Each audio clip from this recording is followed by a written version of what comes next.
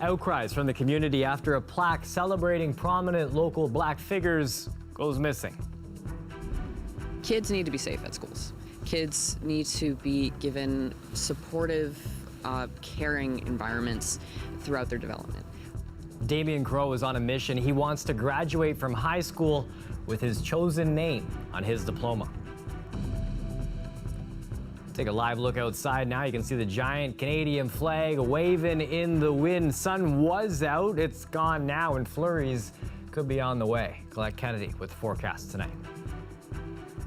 I'm Chris Ensing. Thanks for joining us. We start tonight with a look at COVID-19 across the province. There are now more people in Ontario's intensive care units with COVID-19 than at any other time during the pandemic. Premier Doug Ford meeting with Cabinet today to figure out what to do next. CBC's Chris Glover has the details. Humber River Hospital's ER is so overwhelmed with COVID, patients are being sent to other hospitals hours away, and staff are reaching a breaking point. It's brutal. Let's be frank about it. When we look at what burnout means for individuals, it means that you are mentally and emotionally exhausted. Dr. Taslim Nimji says recent loosened restrictions and a patchwork approach across Ontario is not working.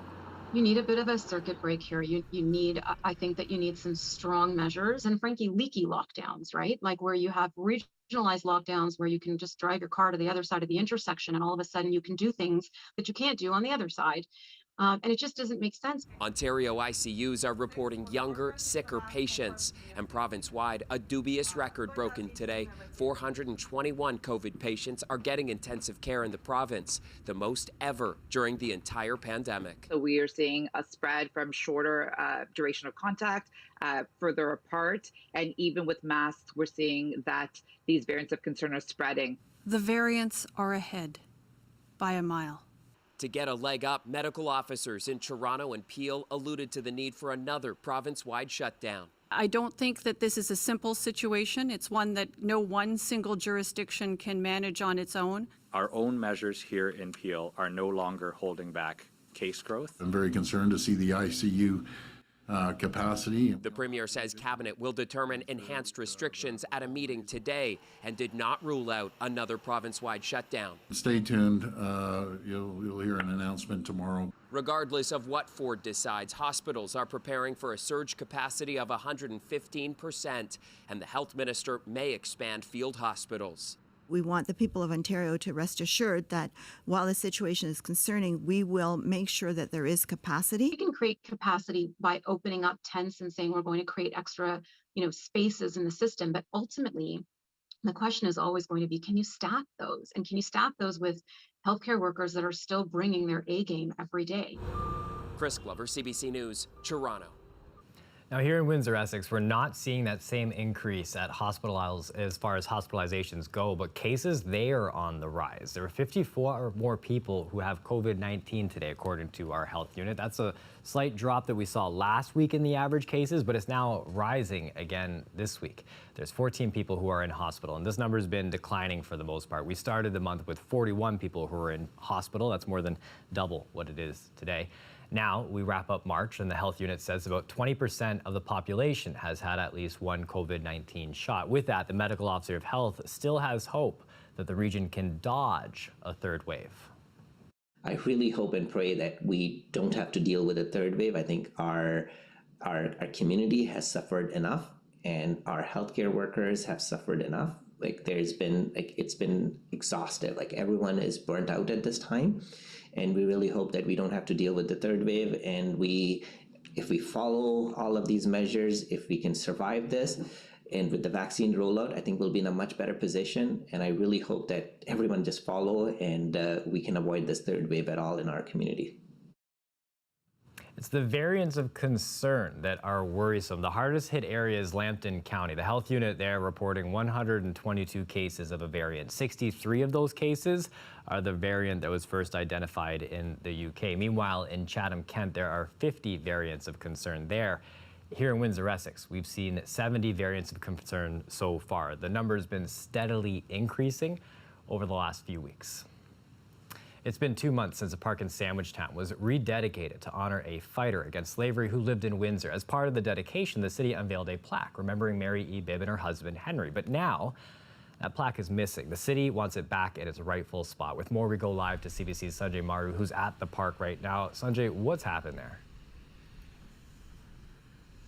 Well, Chris, I'll tell you what has happened here has people very upset. In fact, just seconds ago, a woman who lives in the area just walked by me saying she's deeply upset. She almost had tears in her eyes looking at the emptiness of this plaque. Take a look. This plaque right here in front of Mary E. Bibb Park. It was just renamed last month. This plaque is, this stand is where that historic plaque once stood. And for the people in this community, particularly the Black community, they say what has happened here is extremely disappointing. Police not saying much about where their active investigation does stand. They say there's no word on a suspect, no word on the current whereabouts. But again, as I mentioned, people very disappointed about what's happened here.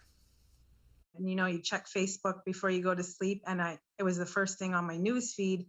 And it was difficult to even fall asleep after that. This park will forever after be called Mary E. Bibb Park.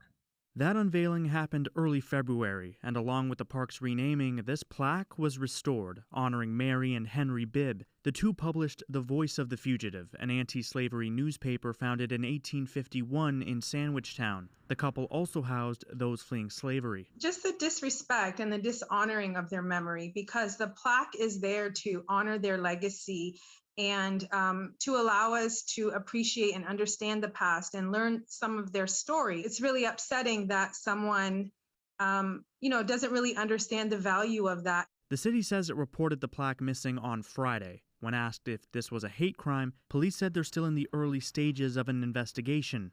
And at this point, it's being looked at as theft. This theft is of a particular sentiment value for Mary and Henry Bibb and for our community here in Windsor. And we are looking to get more information from the public. My hope is that the plaque would be replaced. As it should be. There needs to be some type of heritage marker there to honor their story, their legacy, their memory. And you heard Windsor Police there talk about the fact that they're appealing to the public for assistance in this investigation. They say anyone with any information regarding the whereabouts of the plaque should contact them or Crime Stoppers. But again, strong disappointment from people within the community, and they say that the value of this plaque cannot be stated enough. The city telling me that the value of it is $6,000 when you consider maintenance and restoration costs. But for the people I spoke with, they say the real value of this plaque is priceless, and they just want to see it rightfully returned. Chris. Thanks for this, Sanjay. CBC's Sanjay Maru, live tonight.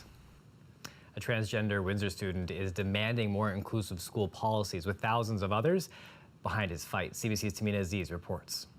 16-year-old Damian Crow wants to graduate from Assumption College Catholic High School with his chosen name printed on his diploma, but he can't until his name is legally changed.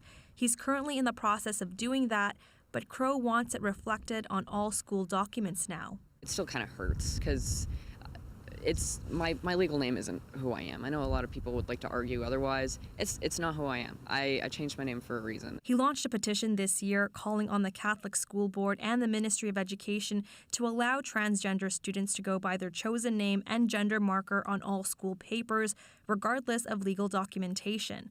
More than 16,000 people have signed so far. He recently got his school email changed to his chosen name, but wants it applied on everything. One incident, which happened after he started the petition, stands out.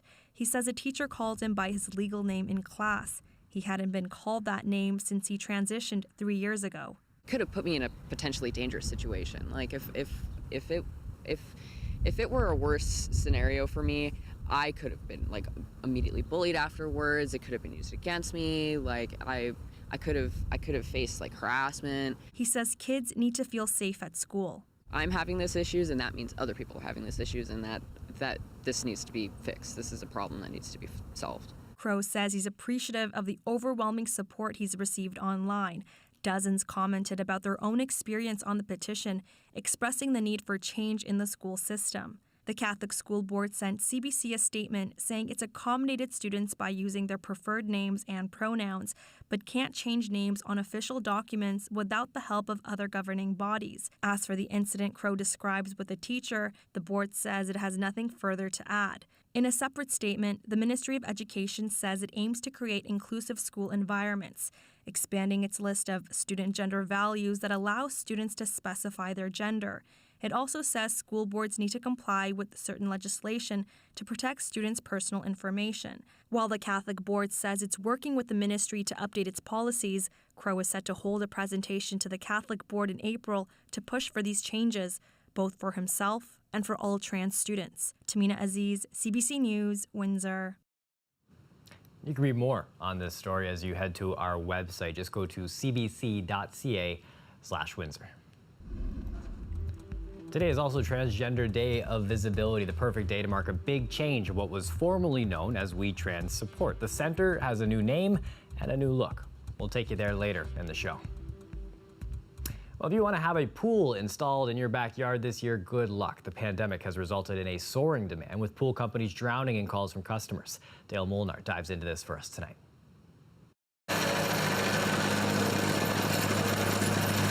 A crew from Paradigm Pools is installing a pool in Cal Juni's backyard in Windsor. It has taken almost a year for this day to come. We started back in April, and we were supposed to be the last one of the year back in October of last year, but it couldn't start till the beginning of this year. And as far as I've heard, it's been pretty backed up. Backed up indeed. Paradigm Pools. The owners at Paradigm Pools say demand has tripled and quadrupled. In terms of getting a quote, we don't send somebody out because we're getting, 30, 40 requests a week for quotes, and we just can't make it to that many homes in a week for quoting. They say people want pools installed to make staying home a lot more enjoyable during the pandemic. They're not able to travel, or they anticipate that it's unlikely they'll be able to travel for the next few summers. They're taking that money and investing it. A lot of people are remortgaging their homes and rolling the price of a pool into their homes. Last year, the kids were stuck at home all summer, really had nothing to do. All the parks were closed. Just wanted something for them to do and enjoy for the summer this summer. Hopefully, everything opens back up and we can get back to normal. In 2019, the city only processed a total of 110 pool permit applications for the whole year. Last year, it jumped to 176. Between January and March of 2020, they had 23 applications. So far this year, they've had 89. Mayu says the story is similar across the county, too. You excited, Daddy? How excited you gonna be? Really? Yeah? Really. Can't wait. The Judys expect to have their pool ready to go sometime next week. Mayu says they can only install about 40 pools per year given their manpower. They are already booked for this year and are booking installations now for next year. She says the hot tubs are a hot seller this year as well. Dale Molnar, CBC News, Windsor. The convenience store clerk who sold George Floyd a pack of cigarettes on the day he died testified in court today. That purchase with an allegedly fake $20 bill set in motion the events that left Floyd dead and led to a trial of a former Minneapolis police officer for murder and manslaughter. If I would have just not taken the bill, this could have been avoided. Christopher Martin is one of a growing number of witnesses who have expressed a sense of helplessness about Floyd's death. He testified that he took the bill because he didn't think Floyd knew it was fake. He was trying to do him a favor. Martin says his manager told him to bring Floyd back into the store. When Floyd refused, the police were called. Volkswagen teased a big switch this week, saying that it would change its name to Volkswagen. First, they said it was a push to commit to electric vehicles, but now it's just a joke. The company first insisted the release was legitimate, that the name change was accurate, but a company spokesman has now said the statement had been a pre-April Fool's Day joke. The company is trying to change its image and recover from a 2015 scandal in which it cheated on government emission tests, allowing diesel-powered vehicles to illegally pollute the air. Take a live look outside. What a beautiful view as always. We are spoiled out here in Windsor with this beautiful Detroit River, but I don't think the weather conditions are quite what we want it to be right now. We're heading into a long weekend, so we'll let Colette Kennedy break down the details next.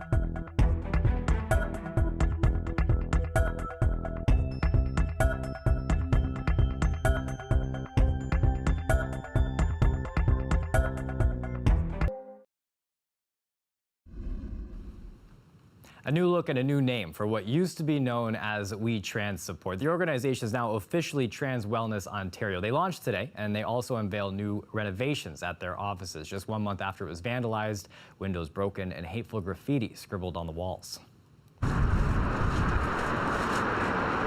We decided that we wanted to rebrand under new leadership to kind of have an expansion from what we were kind of focusing on before. The term wellness to me is really focusing on holistic wellness. So we're talking about harm reduction, we're talking about mental health, physical health, spiritual health. We put in a bunch of new safety features. So we've got the window that you'll see on our tour for the reception wall. We've got a security system. And then further upon that, we've expanded our capacity of individual counseling or peer mentorship sessions. So previously we had 3 individual offices, and now we've got 6. Queer and trans youth often come and they do their homework here. You know, we've got free Wi-Fi, and they're able to be in a safe space. The Living Queer Museum is basically a reflection on the past and present of, you know, queer history. It's about queer representation in media, films, theater. It's about local queer heroes, which you'll see featured on the walls. It's about our agency history. It's about queer history of hate and discrimination, and looking towards the future of hope as well. You know, despite the fact that it's been really difficult for us to, you know, recover from the fact that there are folks in Windsor who are still questioning our identities or who don't want us to be around.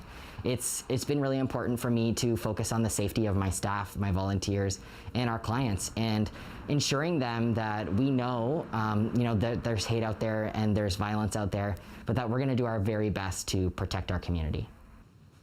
We have an update now on a story we brought you earlier this week. I think I saw Tommy the turkey. Take a look here. I was talking to Tony Doucette this morning when this buddy popped out by the window, and just to prove where we were, here's a little shot of Detroit. We're going to reverse the tape back here, though, because I want to be sure on this one. I know Colette's probably listening to this. We're going to go to weather. If we can see the turkey right here, we're just going to maybe pause it. Let's just a little zoom in here. I'm not sure of the markings that make it exactly Tommy, but I want to get a clear picture. And now we got Tommy coming up on the other side of our screen there. Colette, you promised to be the matchmaker, and I think Tommy's asking, what's up? Like, what's coming around? Where's my new friend that you're going to introduce me to? But I think I thought that was a real moonwalk. I really thought Tommy was doing that. I thought, you know, learning new dance moves to impress. He's trying. He's trying. This pandemic getting out there. Yep. I think that was a pretty good sighting. I'm gonna give it the thumbs up and say thumbs up. Yeah. Let's see what we've got for you. I'm not sure where you're going to go with the weather in terms of giving it the thumbs up or not, but let me just kind of walk you through where we're going here, especially the next 24 hours. Yes, you're reading this correctly. I know it's April Fool's Day tomorrow, but just listen with me. We're talking about some flurries kind of moving in tonight into tomorrow morning, a trace to maybe a centimeter or 2. It's more enhanced, a little more enhanced towards Sarnia there, where you could see that few centimeters to even 3 or so. High pressure, though, comes in for Friday, and that brings in the sunshine. And into the weekend, you know, we're talking wind chills tomorrow morning, but into the weekend, we'll actually see those temperatures rebounding a little bit. Okay. Actually, quite a lot. So let me just show you. 1 a.m., it was 14 degrees, still holding some of the heat from yesterday. And then by 7 a.m., down to 6 as the cold front had gone through, and then came back up to 10. So even within the span of the day, we've had a bit of a roller coaster ride. There are your current readings, 8 here that we're seeing into Windsor, Leamington, and for Chatham-Kent, 9 at the moment. But what I want to show you is this bit of energy. So that's kind of migrating towards us. So there's your flurry activity. And then not only that, we're going to find the winds really getting stronger and gustier from the northwest. So they'll be strong into Thursday as well. So quite the April Fool's Day in terms of this shot of colder air that's going to be moving in. But there you go. April 2nd is when the sun comes back out and we see things warming up or starting to slowly on Friday. Here you are tonight, though, feeling almost like -10 with the wind chill, but -4 the temperature, 2 degrees. It'll be a struggle to get to that 2 degrees, by the way. But there you go, Friday 8, Good Friday. And as we head into the holiday weekend, look at that, towards Easter Sunday and Monday, we're talking teens again. Oh. See, that's not bad at all. And that actually might be the holiday weekend why Tommy is here. That's a 28-kilometer walk from Bell River out to here. But we got a lot of bushes and stuff, so maybe just trying to find a hiding patch to just get over until Tuesday. We have got to help that turkey out. We're going to do everything we can, Colette. All right. Thanks for this. You're welcome. Now, up next, we're going to have an update on the Pfizer-BioNTech vaccine and see how it's been doing with kids between 12 and 15.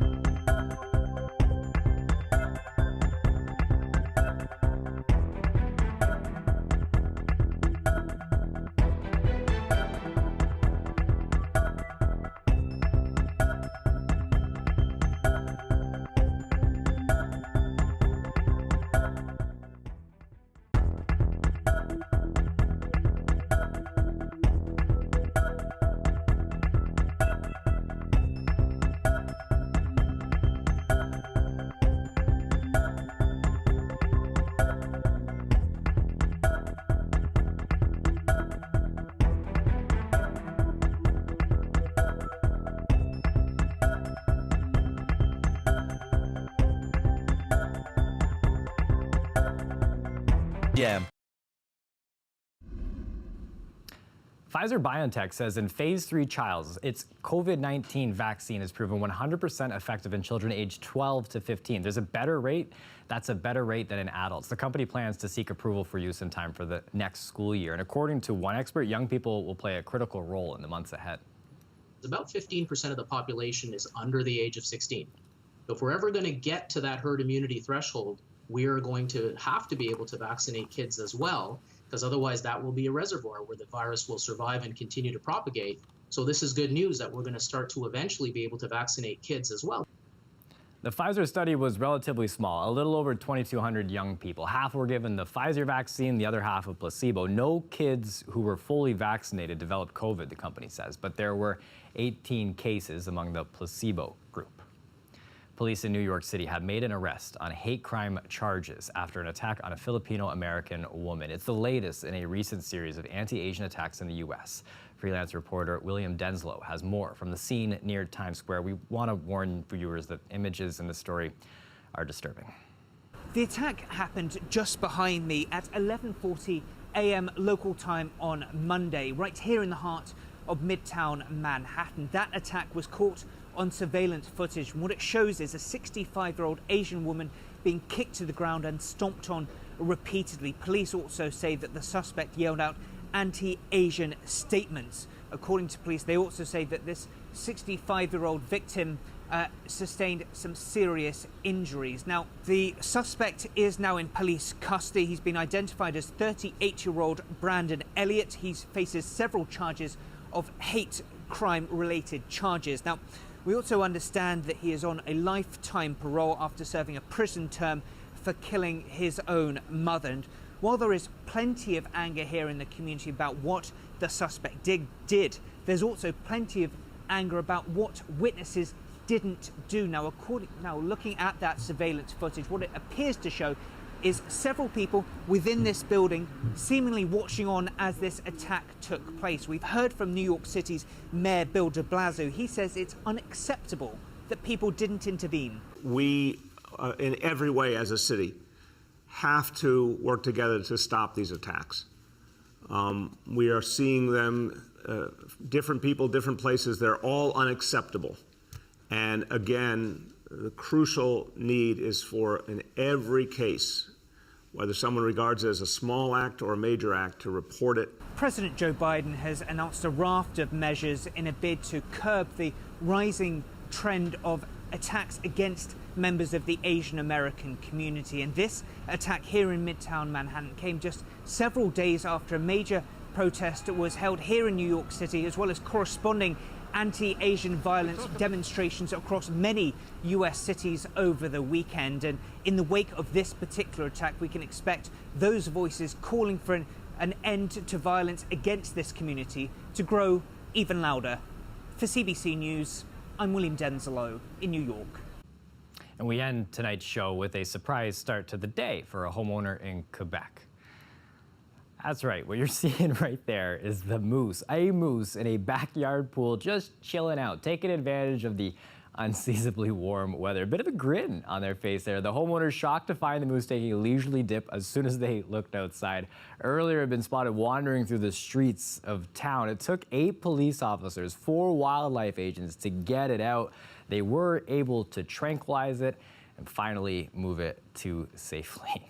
That's it for CBC Windsor News. For more news, you can go to our website, cbc.ca/Windsor. That's it for us. The Rick Mercer Report's up next. Thanks for watching.